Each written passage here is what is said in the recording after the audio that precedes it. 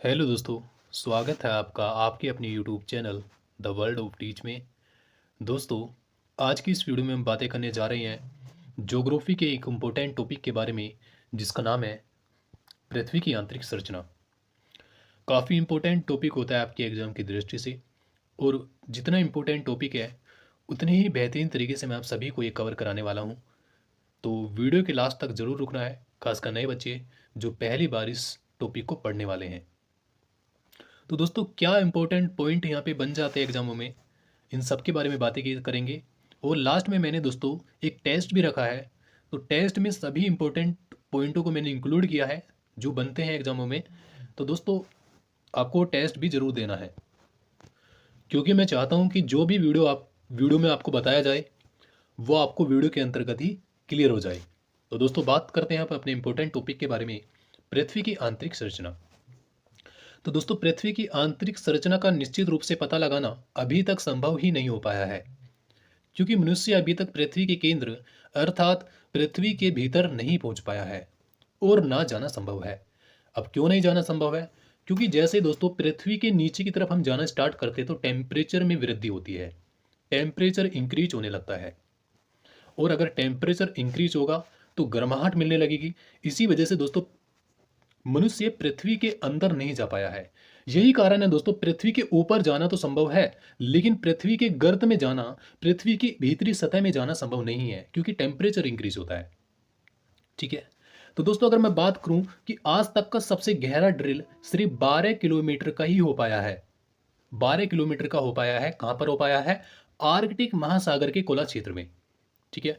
और दोस्तों, जो साउथ अफ्रीका की जो सोने की खदानें होती है, वे वे भी दोस्तों सिर्फ 3 से 4 किलोमीटर गहरी होती है। और इसके अलावा दोस्तों मनुष्य नहीं नीचे जा पाया है।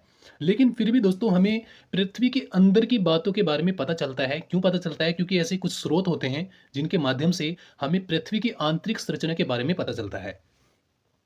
दोस्तों, भूवैज्ञानिकों के अनुसार कुछ अनुमानित स्रोतों के द्वारा पृथ्वी की आंतरिक संरचना का पता लगाया जा सकता है। अब कौन कौन से दो स्रोत होते हैं दोस्तों? दो स्रोत होते हैं, एक तो प्राकृतिक स्रोत होता है, एक होता है अप्राकृतिक स्रोत। प्राकृतिक स्रोत में दोस्तों ज्वालामुखी उद्गार होता, और एक भूकंप विज्ञान से। तो इन दो पॉइंटों से दोस्तों पृथ्वी की आंतरिक संरचना के बारे में पता लगता है। ज्वालामुखी उद्गार से कैसे? जब ज्वालामुखी दोस्तों विस्फोट होता है और उस विस्फोट होने के बाद उससे जो लावा निकलता है, उस लावा से दोस्तों हमें पृथ्वी की जानकारी मिलती है कि पृथ्वी अंदर से कैसी है। ठीक है। और दोस्तों ज्वालामुखी भी सिर्फ 60 किलोमीटर की गहराई तक की जानकारी हमें देता है।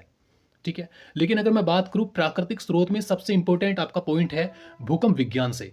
ये दोस्तों ये काफी इंपॉर्टेंट पॉइंट है, क्योंकि ये काफी अंदर की जानकारी हमें देता है पृथ्वी की, क्योंकि यहाँ पे भूकंपीय तरंगों से हमें जानकारी मिलती है। ठीक है। इसी तरीके से दोस्तों अप्राकृतिक स्रोत भी होते हैं, जिसमें घनत्व आता है, आपका दाब आता है और तापमान आता है। तापमान, जैसे हम पृथ्वी के नीचे की तरफ जाएंगे तो तापमान में वृद्धि होती है। ठीक है। घनत्व भी साथ साथ बढ़ता है। तो कुछ इस प्रकार से दोस्तों स्रोतों के माध्यम से हमें पृथ्वी की आंतरिक जानकारी मिलती है। वैज्ञानिकों के अनुसार पृथ्वी की आंतरिक सतह पर जाते हुए घनत्व में वृद्धि होती है। अगर घनत्व में वृद्धि होगी तो ताप भी बढ़ेगा दोस्तों। तो दोस्तों ध्यान रखना, टेम्परेचर प्रोपोर्शनल होता है डेंसिटी के। अगर टेम्परेचर इंक्रीज होता है तो डेंसिटी भी इंक्रीज होगा। ठीक है। अगर घनत्व बढ़ता है तो दोस्तों साथ ही साथ क्या बढ़ेगा? तापमान भी बढ़ेगा। ठीक है। तो इससे यह पता चलता है दोस्तों कि पृथ्वी का जो आंतरिक भाग होता है दोस्तों बहुत भारी धातुओं से मिलकर बना है। ठीक है। घनत्व से हमें यह पता चलता है कि पृथ्वी का आंतरिक भाग भारी धातुओं से मिलकर बना है, और ताप से हमें पता चलता है कि पृथ्वी का आंतरिक भाग बहुत ही ज़्यादा गर्म है। ठीक है। तो इन स्रोतों के माध्यम से दोस्तों पृथ्वी की आंतरिक जानकारी हमें मिलती है। अब एक सबसे ज़्यादा इंपॉर्टेंट पॉइंट आपको यहाँ पे ध्यान रखना है। पृथ्वी के आंतरिक भाग में जाते हुए प्रति 32 मीटर पर 1 डिग्री तापमान की वृद्धि होती है। ठीक है। ध्यान रखना इस बात को। तो 32 मीटर की अगर गहराई में हम जाएंगे नीचे की तरफ, तो दोस्तों 32 मीटर पे 1 डिग्री टेम्परेचर इंक्रीज होता है। इस बात को ध्यान रखना है। ठीक है। डायरेक्ट क्वेश्चन बनता है यहाँ पे इस पॉइंट से। तो दोस्तों अब बात करते हैं नेक्स्ट ऑस्ट्रेलिया के भूवैज्ञानिक स्वेस के बारे में। तो दोस्तों स्वेस ने पृथ्वी की आंतरिक संरचना को 3 भागों में बांटा है। क्वेश्चन यहाँ से ऐसे भी बन सकता है कि सबसे पहले पृथ्वी की आंतरिक संरचना के बारे में हमें किसने बताया? तो स्वेस महोदय, जो कि ऑस्ट्रेलिया के भूवैज्ञानिक थे, इन्होंने सबसे पहले हमें पृथ्वी की आंतरिक संरचना के बारे में बताया। और इन्होंने दोस्तों, इन्होंने 3 भागों में पृथ्वी की आंतरिक संरचना को बांटा है। पहला इन्होंने नाम दिया है सियाल, दूसरा सीमा नाम दिया है और तीसरा निफे। ठीक है। पृथ्वी की पहली परत में दोस्तों, जिसको हम क्रस्ट कहते हैं, जिसके बारे में हम आगे बात करेंगे, क्रस्ट में दोस्तों 2 एलिमेंट्स पाए जाते हैं, सबसे ज़्यादा सिलिका और एल्यूमिनियम, और इसी वजह से इसको सियाल नाम दिया जाता है। ठीक है, ये क्रस्ट को कहा जाता है दोस्तों सियाल। पृथ्वी की दूसरी परत होती है मेंटल, जिसमें 2 एलिमेंट सबसे ज़्यादा पाए जाते हैं दोस्तों, सिलिका और मैग्नीशिया, इसी वजह से दोस्तों उसको सीमा नाम दिया जाता है। और पृथ्वी की तीसरी परत क्रोड, जिसमें निकिल और एफ की मात्रा ज़्यादा पाई जाती है, जिसको हम निफे बोलते हैं दोस्तों। ठीक है, तो ये स्वेस के अनुसार नाम दिए गए हैं, तो ध्यान रखना है दोस्तों इनको। अब दोस्तों पृथ्वी के हम परतों के बारे में बात करेंगे बिल्कुल डिटेल से, तो ध्यान रखना है दोस्तों, आपको वीडियो को लास्ट तक जरूर देखना है, क्योंकि अब आपका जो मेन चीज़ें अब स्टार्ट होने वाली है।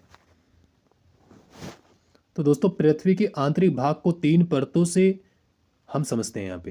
पहली परत होती है दोस्तों क्रस्ट, जिसको हम भूपर्पटी के नाम से जानते हैं, और इसको दोस्तों लिथोस्फीयर भी हम कहते हैं।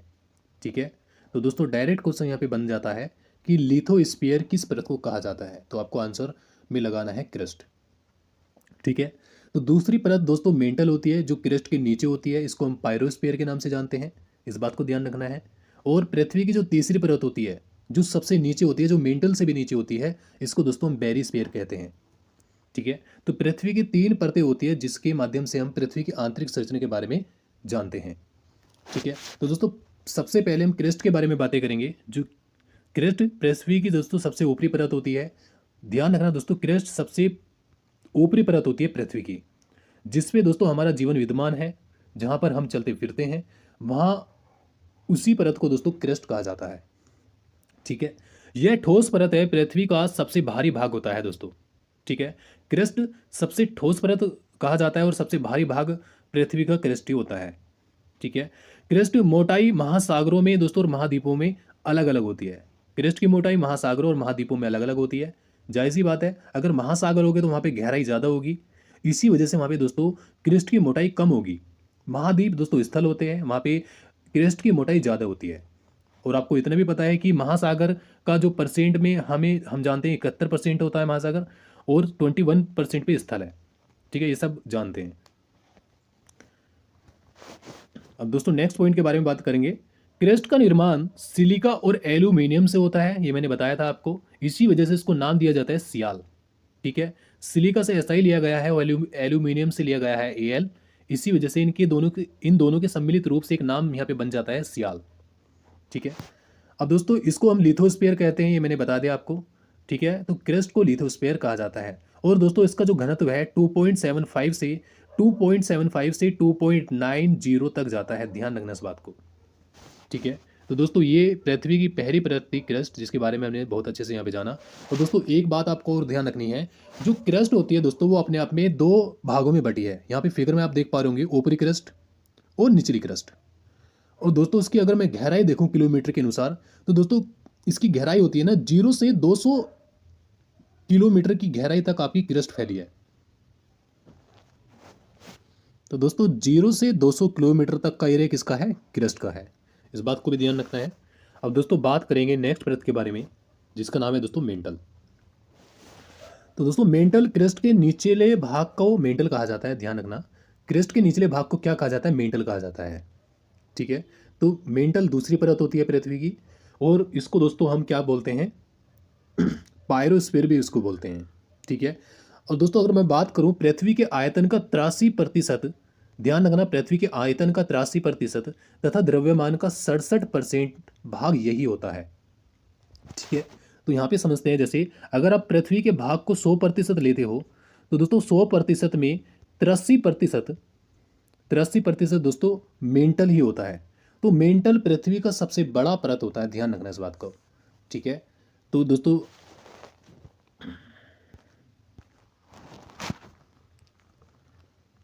यहाँ पे ध्यान रखना है कि मेंटल का निर्माण सिलिका और मैग्नीशियम से हुआ है, और इसी वजह से दोस्तों इस परत को क्या नाम दिया जाता है? सीमा नाम दिया जाता है। ठीक है, सिलिका और मैग्नीशियम होने की वजह से दोस्तों उसको नाम दिया जाता है सीमा। ठीक है। अब दोस्तों इस परत को पायरोस्फीयर कहा जाता है। ध्यान रखना इस बात को, पायरोस्फीयर किस परत को कहा जाता है? मेंटल परत को कहा जाता है। क्वेश्चन डायरेक्ट बनता है कि पायरोस्फीयर किस परत को कहा जाता है, तो मेंटल आपका आंसर होना चाहिए। अब दोस्तों उसका घनत्व के बारे में बात करें तो दोस्तों 2.90 से 4.75 तक जाता है। ठीक है, तो घनत्व के बारे में ध्यान रखना है। और सबसे ज़्यादा इंपॉर्टेंट पॉइंट आपका यहाँ पे बनता है, इसी परत को दोस्तों वाइट ऑफ द अर्थ कहा जाता है। ये क्वेश्चन दोस्तों आ चुका है एग्जाम में, और यहाँ से क्वेश्चन डायरेक्ट बन जाता है दोस्तों, काफ़ी इंपॉर्टेंट ये आपका टॉपिक है। आपसे क्वेश्चन कैसे बनता है, यहाँ से ऐसे बन जाता है कि वाइट ऑफ द अर्थ किस परत को कहा जाता है, तो फिर आपको आंसर देना है मेंटल। ठीक है, तो दोस्तों अगर मैं इसका दायरा देखूं कि कहाँ से कहाँ तक है ये, तो यहाँ पे देख पा रहे होंगे फिगर में, तो दोस्तों ये 200 किलोमीटर से स्टार्ट होता है इसका दायरा और 2900 किलोमीटर तक जाता है। ठीक है, तो जो मेंटल होता है वो 200 किलोमीटर से 2900 किलोमीटर तक का इसका दायरा होता है। इसको भी आपको ध्यान रखना है। तो दोस्तों ये आपकी मेंटल परत होती है, जो पृथ्वी की दूसरी परत होती है। ठीक है, अब दोस्तों बात करते हैं पृथ्वी की जो लास्ट परत होती है, जिसको हम क्रोड बोलते हैं। दोस्तों पृथ्वी की सबसे नीचे वाली जो परत होती है क्रोड, हम उसे बोलते हैं। तो ध्यान रखना, मेंटल के निचले भाग को क्रोड कहा जाता है। ठीक है, ये भाग पृथ्वी के निचले मेंटल से पृथ्वी के केंद्र तक जाता है, इस बात को ध्यान रखना है। ठीक है, तो दोस्तों इसका जो निर्माण हुआ है मुख्य रूप से दोस्तों निकिल और लोहे से हुआ है। ठीक है, इसका निर्माण निकिल और लोहे से हुआ है, इसी वजह से दोस्तों उसको नाम दिया जाता है निफी। ठीक है, अब दोस्तों नेक्स्ट पॉइंट के बारे में बात करेंगे। पृथ्वी के अंदर जाने पर तापमान से ज़्यादा दाब अधिक हो जाता है। तो दोस्तों जैसे हम पृथ्वी के सबसे लास्ट वाली परत में जाते हैं, कोर में जाते हैं, तो वहाँ पे दोस्तों तापमान से ज़्यादा दाब अधिक होने लगता है। ठीक है, तो इस बात को ध्यान रखना है। तो दोस्तों इसी वजह से दोस्तों पृथ्वी का जो क्रोड़ परत है, जो सबसे लास्ट वाली परत है, वो ठोस अवस्था में मिलती है, क्योंकि वहाँ पे दाब ज़्यादा होता है। ठीक है, अब दोस्तों इस परत को बेरिस्फीयर कहा जाता है, इस बात को ध्यान रखना है। बेरिस्फीयर किस परत को कहा जाता है? क्रोड़ परत को कहा जाता है। ठीक है, और इसका घनत्व दोस्तों 11 से 13 तक जाता है। ठीक है, इसका घनत्व 11 से 13 तक जाता है, इस बात को ध्यान रखना है। ठीक है, तो दोस्तों ये पृथ्वी की 3 परतें थी, जिसको मैंने आपको बहुत अच्छे से यहाँ पे समझाया। अब दोस्तों मैंने कहा था कि मैं लास्ट में टेस्ट लूंगा, तो टेस्ट के लिए अब रेडी हो जाओ। टेस्ट में बहुत अच्छे से क्वेश्चन मैं लेकर आया हूँ, जो काफ़ी इंपॉर्टेंट आपके होते हैं। तो दोस्तों पहला क्वेश्चन आपके सामने आ चुका है। यहाँ पे पहला क्वेश्चन है, सियाल सीमा निफे के रूप में भूगर्भ का विभाजन किसके द्वारा किया गया है? कहने का ये मतलब है कि सियाल सीमा निफे को हमें सबसे पहले किसने बताया है? तो ऑप्शन में डी आंसर आपका राइट आंसर हो जाएगा, स्वेस द्वारा बताया गया था। ठीक है, ऑस्ट्रेलिया के भूवैज्ञानिक थे स्वेस, जिन्होंने हमें बताया था सियाल सीमा निफे के बारे में। ठीक है, तो डी आपका आंसर हो जाएगा पहला। अब दोस्तों दूसरा क्वेश्चन आपके सामने है, पृथ्वी के धरातल से केंद्र की ओर निम्नलिखित का सही क्रम क्या है? ठीक है, तो दोस्तों पृथ्वी के धरातल मतलब पृथ्वी की ऊपरी सतह से अगर हम नीचे की तरफ चले, तो आपको सही क्रम बताना है। सबसे पहले क्या आता है, फिर उसके बाद क्या आएगा, फिर उसके बाद क्या आएगा। ठीक है, तो दोस्तों सबसे पहले क्रस्ट परत होता है, आपको ध्यान रखना है, क्रस्ट परत। उसके बाद मेंटल आता है दोस्तों, उसके बाद क्रोड आता है दोस्तों। ठीक है, और मैंने बताया था कि क्रस्ट में दोस्तों किसकी मात्रा ज़्यादा होती है? सियाल की मात्रा ज़्यादा होती है।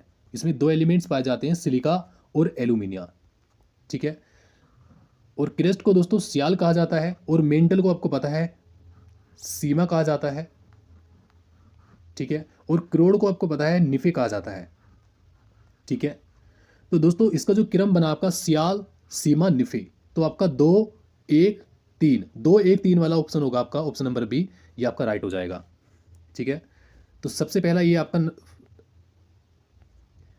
मतलब सबसे पहले ये मिलता है सियाल, फिर उसके बाद दूसरे नंबर पे सीमा मिलता है। ठीक है, और तीसरे नंबर पे निफे मिलता है। तो आपका जो यहाँ पे ऑप्शन बनेगा 2 1 3 के हिसाब से बनेगा बी ऑप्शन।